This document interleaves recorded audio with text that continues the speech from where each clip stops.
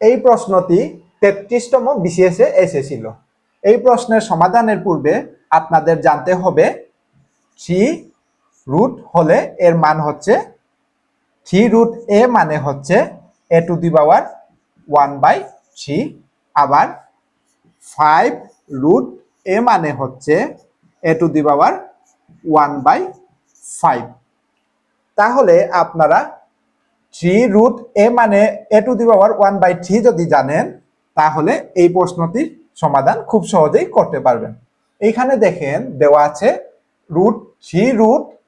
Three root এ cube. এই রাশিটিকে ভাঙবো, তাহলে হবে 3, এই 3 রুট ভেঙে হবে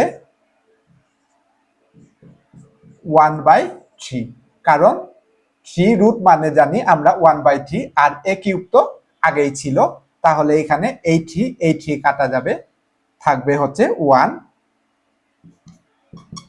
এখানে আছে 3a to the power 1, R 3 root এ মানে হচ্ছে a টু দি পাওয়ার 1/3। তাহলে এই প্রশ্নটির আনসার হচ্ছে a টু দি পাওয়ার 1/3।